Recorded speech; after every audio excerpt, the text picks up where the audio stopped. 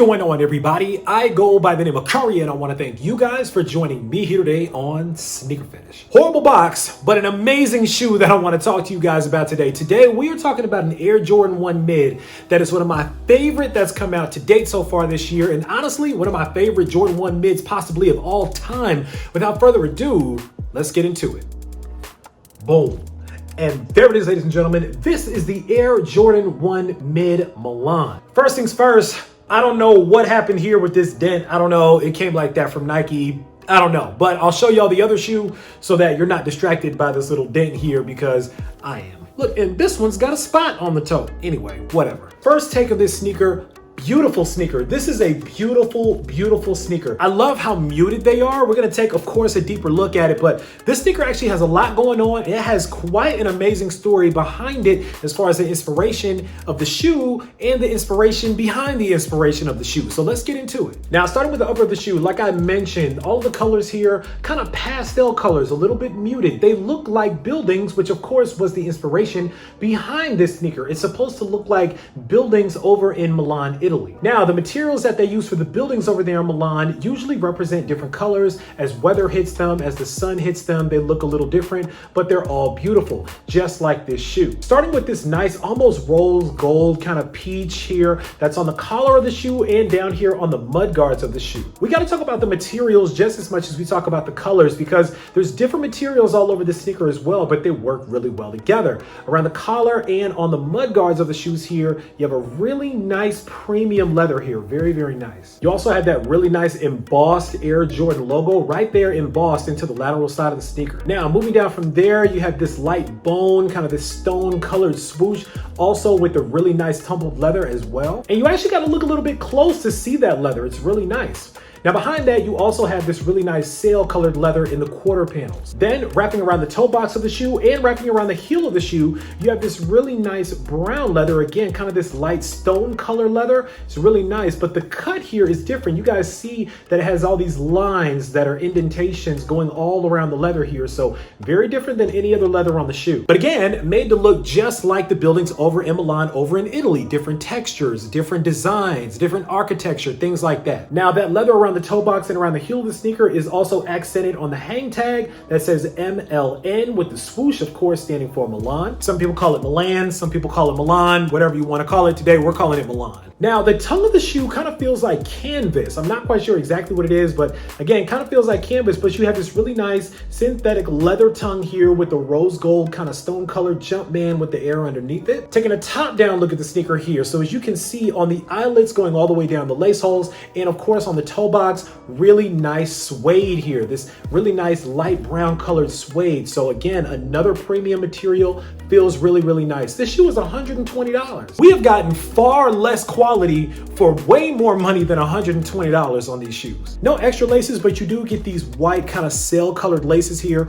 with the stone colored, kind of the rose gold colored lace tips. So that's a nice touch. Would have been nice if there were metal lace tips, but it is what it is. We'll take it. Last but not least, that's complemented by the outsole of the sneaker here. Really, really nice brown outsole here. Almost a gum bottom, but not quite that level of brown, not quite that shade, but still a really, really nice shade of brown. So a lot of people wanted to know, why did they come out with the Paris Air Jordan 1 Low and with the Air Jordan 1 Mid Milan? Now, I don't have a pair of the Parises. This video is not about those today. We are just talking about the Milans, and the Milans take their origins all the way back to the Air Jordan 2 days when they were first being made. If you guys remember, when the Air Jordan 2 was designed, it was designed by the maker of the Air Jordan 1, Peter Moore, and the designer of the Air Force 1, Bruce Kilgore. No doubt they had a big job in front of them. Come up with the next sneaker after the Air Jordan 1, which was a pretty popular shoe. A lot of people loved it, and obviously to this day, it's still a timeless silhouette. So the only way that you can up the game at the time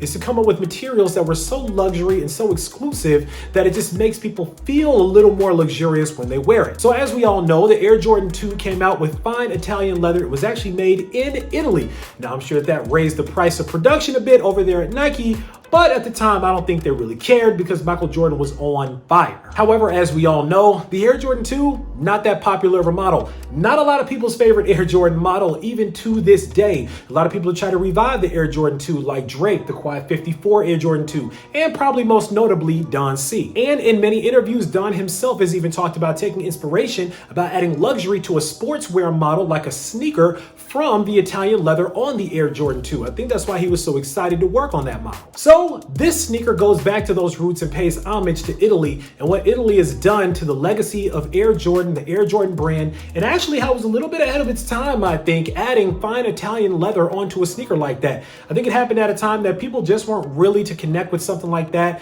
I don't know if they didn't like the design. I don't know what it was, but people just didn't connect with it like you would have thought they would. But now in 2020, they finally got it right. We got this really nice Italian themed sneaker, even though it's not full Italian leather, obviously for $120. Chances are if this sneaker was full Italian leather, it probably would have been a little bit more than that. But it still looks like Italy and the materials feel really, really nice just the same. These sneakers originally dropped at One Block Down, which is a boutique over in Italy, and then they had a later global release. Nike dropped them on the low during a random tweet one day and they sold out pretty much instantly. These aren't even my size. These are a size 11 and I'm usually a size 9, but it was the smallest size I could get my hands on because they were selling out just that quickly. But here's what's really funny about the Milans. It's not worth a lot of money on the resale market. You can go to StockX right now and probably pick yourself up a pair of these for about 150 to about 170 bucks. I really thought this sneaker was gonna be worth around $200 to $250 because of how popular they were. So why aren't these sneakers worth more money? I think the answer to that is actually pretty simple. I think that the demand on this sneaker, the people that really wanted to get their hands on them, pretty much got their hands on them. And not too many people that still want to get a pair are really looking to get a pair of these right now or are willing to pay a whole lot of money. Remember, I tell you guys that sneakers ultimately are a buyer's market. Whatever people are willing to pay for something is pretty much what the sneaker is worth.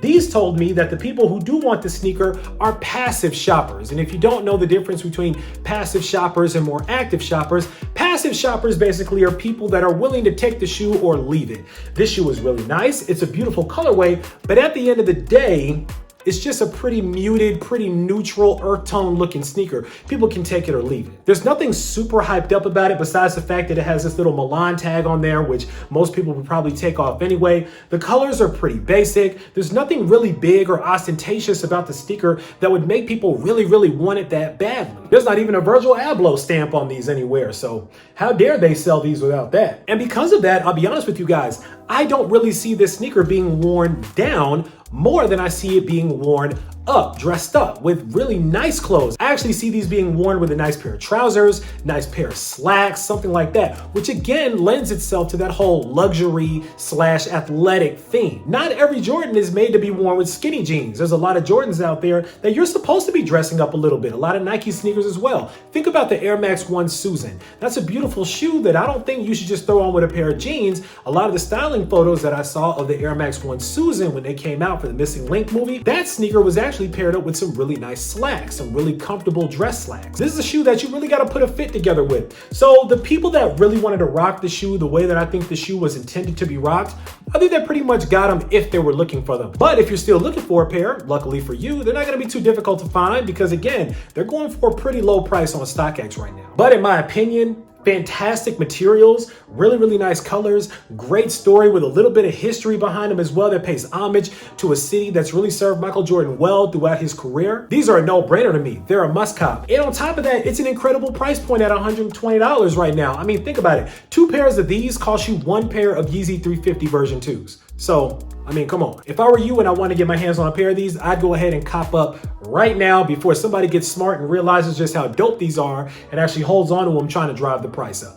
All right, guys, that's pretty much all that I got about these. Now it's time for you guys to sound off down in the comments and let me know what you guys think about the Air Jordan 1 Mid Milan.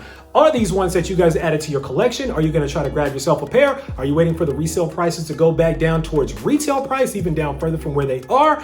Or are these going to be a hard pass for you? Let me know why or why not down below. Oh, of course, right down in the comments, make sure that you click on that subscribe button so we can welcome you into the Sneaker Fetish family to make sure you don't miss out on any more heat that comes through like these, because I guarantee you, I got a lot more heat on the way. As always, I want to thank you guys for joining me here today on Sneaker Fetish, taking a look at these with me, unboxing them with me for a couple of minutes. I go by the name of Kari. This is the Air Jordan 1 Mid Milan, and until next time, I'm out.